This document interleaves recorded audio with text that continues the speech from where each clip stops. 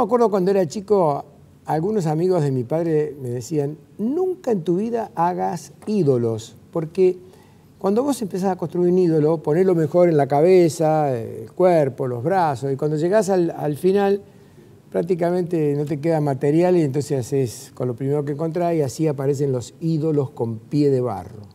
Barro cocido, como se decía en esa época, y entonces al primer toque de cualquier cosa el ídolo, ¡brum!, se viene abajo. Yo debo confesar que cuando asumió este gobierno y prácticamente en 120 días habíamos salido del cepo cambiario, habíamos conversado y arreglado con los holdouts, habíamos salido del default, yo dije, bueno, Superman y compañía. Y armé el ídolo. No me acordé de las recomendaciones que me daban cuando era chico. Y entonces, lógicamente, como todo ídolo, al tener el primer problema, se desbarrancó todo. Yo me pregunto muchas veces, ¿cómo puede ser que Macri creyera que los palmeos que le daban en la espalda en sus giras al exterior tenían continuidad en el préstamo que nos hacían a nosotros? De ninguna manera. Él se puede abrazar con Trump, con quien sea, pero cuando llega el momento de decir no te puedo seguir prestando, no le prestan más.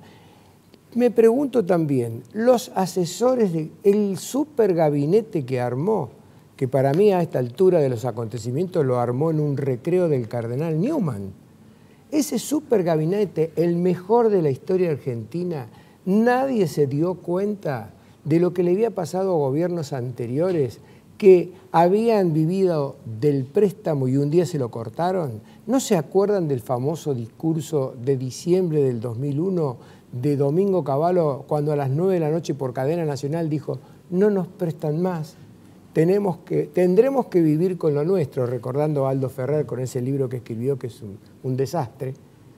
Entonces, no se dieron, nadie lo asesoró, nadie le explicó lo que debería haber hecho. Ahora estamos metidos en el drama y la desesperación. A mí me parece, pensando que esto, recuperarlo, va a costar un Perú, realmente, mucho sacrificio, mucho dolor, mucha gente que va a ser más pobre, mucha gente que va a quedar desempleada. En definitiva, que para llegar al poder no solamente hay que hacer proselitismo, hay que pensar y hay que razonar. Gimnasia que los argentinos nos resistimos sistemáticamente a pensar y a razonar. Así nos va. Punto. Bueno, dentro de todo el lío que tenemos, quiero ver qué piensan los empresarios, los economistas y los profesores de Derecho Político. Por eso que hoy nos va a acompañar Emilio Echegorri, empresario, el doctor Jorge Barbará, profesor de Derecho Político, y Alejandro Gay, el doctor Alejandro Gay, que es economista. Con ellos vamos a analizar en este programa los problemas que hoy tenemos los argentinos. Gracias, Emilio, un gusto tenerte acá. Un gusto, como siempre. Bueno, yo hice una introducción, pero te escucho. Bueno, la verdad que estoy acá sentado y me acuerdo cuando hace 4 meses hablamos de reforma laboral y en un momento yo empecé a decir que no importa el gobierno que viniera, las cosas le iban a empezar a salir mal.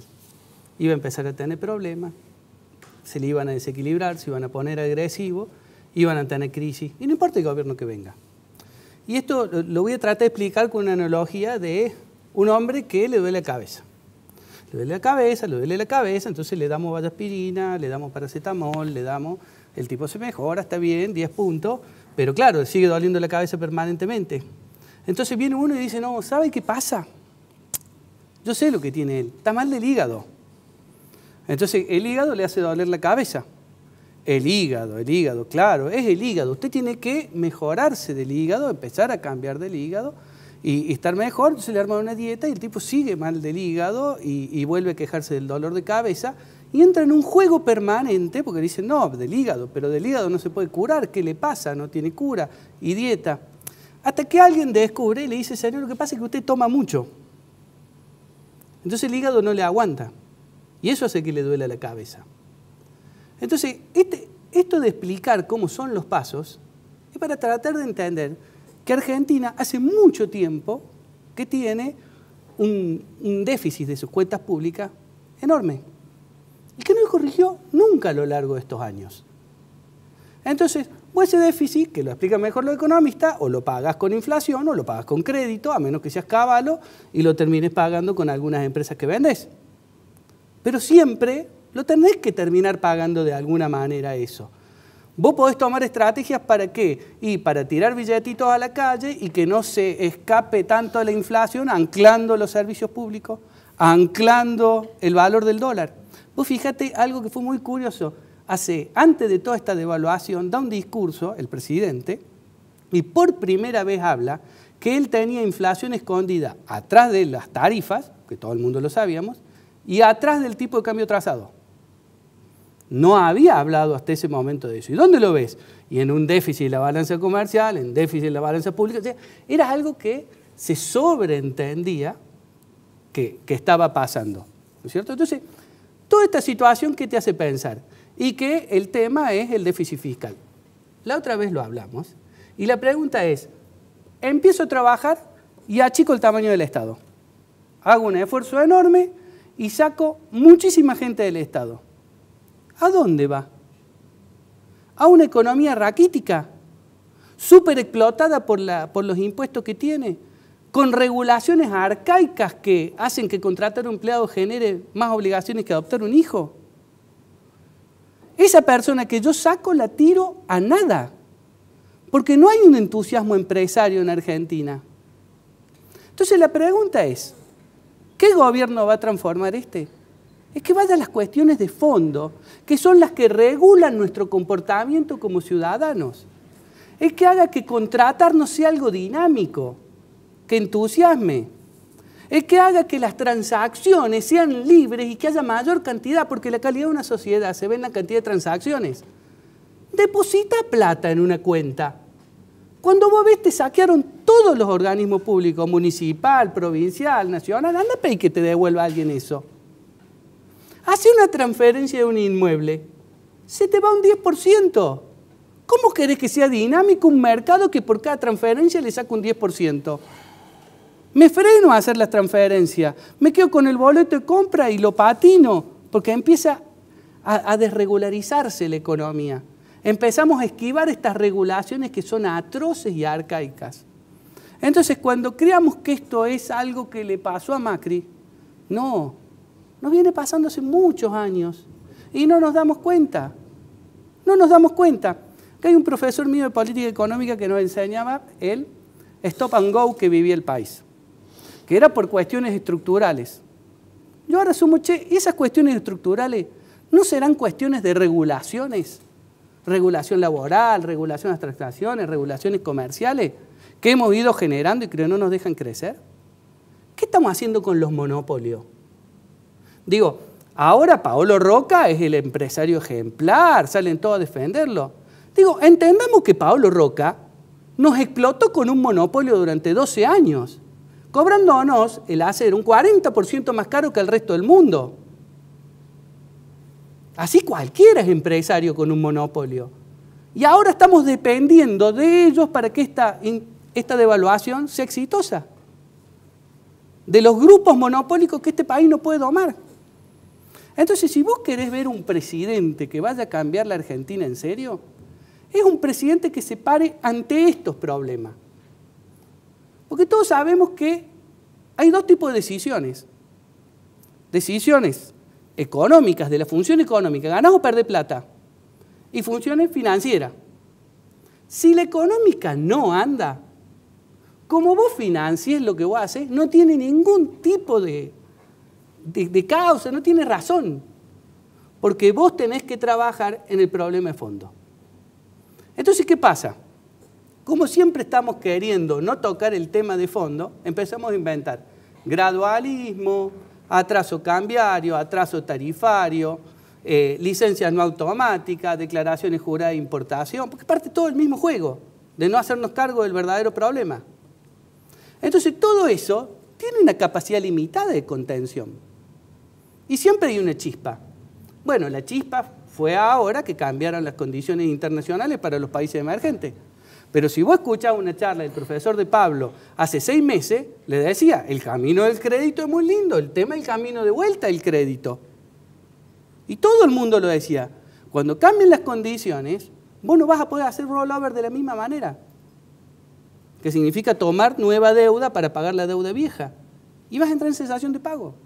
Bueno, ahora dicen que no van a entrar en cesación, van al fondo y todas estas cosas que hacen. Pero ¿y los problemas de fondo?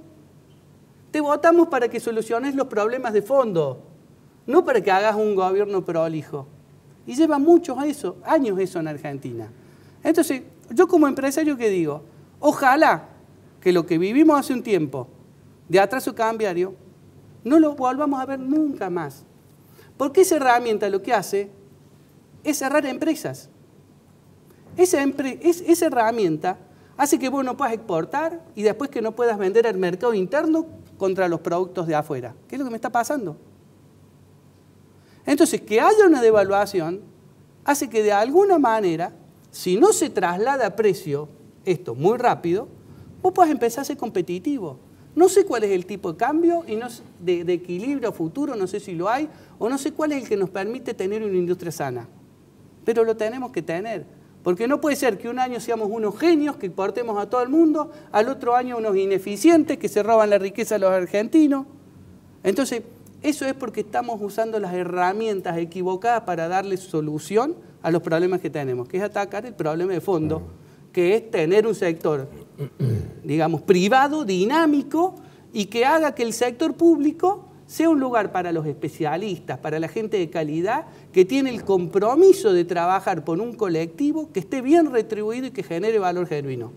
No que tengamos que recurrir al empleo público de mala calidad para subsanar los índices de desempleo que tenemos o el subsidio de mala calidad para generar parches sociales y no podérselo destinar a gente que realmente le hace falta. Es cierto. Ahora, yo te escucho y veo que siguen los dos ejes históricos, ¿no?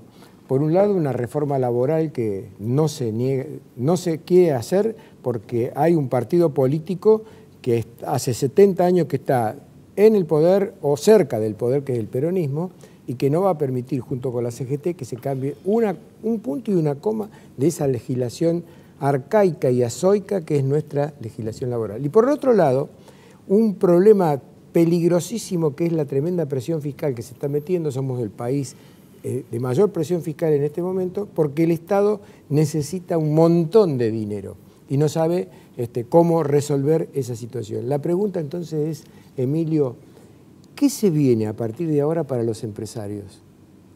Antes te voy a responder algo que vos dijiste. Dale. No son los peronistas.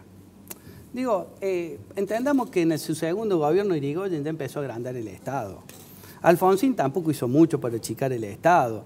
Digo, y seguir jugando con el espejo retrovisor es volver a la idea setentista que tenían los del gobierno anterior. Parémonos de acá para adelante. Seamos sensatos con la gente no la está pasando bien. Que empiece a entender la gente y que los dos colores partidarios generen los conceptos básicos de lo que no tenemos que volver a hacer. A ver, ¿podemos tratar de hacer una flexibilización laboral como la que se quiso hacer en los 90 desprotegiendo a la gente? No, no se puede.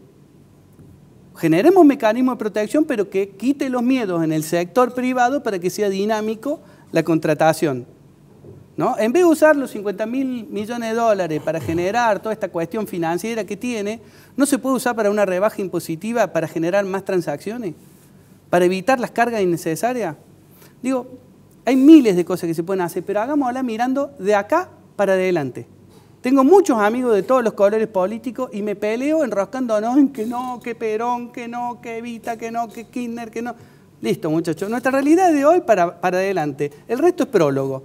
Y en ese juego, como empresarios, vamos a entrar en un mundo donde ya no se puede dar el lujo de tener atrasos cambiarios. Como tampoco podés castigar a la gente teniendo tipos de cambio muy altos. Bueno, espera un poquito porque ahí me enseña que me queda 1 minuto y medio de programa. No coincido para nada con todo lo que acabas de decir. Perfecto. Pero eso lo vamos a dejar para otro programa. Dale. Y lo discutimos. Por supuesto. No lo debatimos, lo discutimos. La diferencia entre discusión y debate es que acá marcamos diferencias, acercando posiciones, y acá lo importante es ganarlo, porque es un combate, no es un debate. Vos acordate. No, pero déjame que termine, que te quiero hacer una pregunta que me parece interesante. Todos hemos perdido y vamos a seguir perdiendo. La pregunta es, ¿qué pasa con los bancos? que el año pasado dieron balances extraordinarios. Y son de este grupito de oligopolios que siempre han condicionado a nuestro país. Entonces, si vos no tenés un Estado fuerte que le pueda hacer frente a estos actores, no tenés chance. Y Estado frente no porque sea débil el gobernante en sí, sino porque todo depende de dónde está parado. Nadie puede ser duro con un actor que lo tiene agarrado el cogote. Está bien eso del cogote, muy explicativo. Te prometo otro programa donde vamos a discutir seriamente Vos sabés que me encanta. Las distorsiones del peronismo, pero eso lo dejamos para otro programa. Pero yo comprendo eso, pero quiero que te acordes de Desmond Tutu. No, hay que mirar muy profundo en esa historia para darse cuenta de lo que pasó. Estoy de Irigoyen hizo bocetos de populismo, nada más que bocetos. Bueno, sí. No, van aprendiendo. Los últimos hicieron el máster. No, el otro perfeccionó todo, por favor. Pero ya lo vamos a conversar. Perfecto. Gracias, Emilio. Como siempre, un gusto. Un gusto tenerte acá.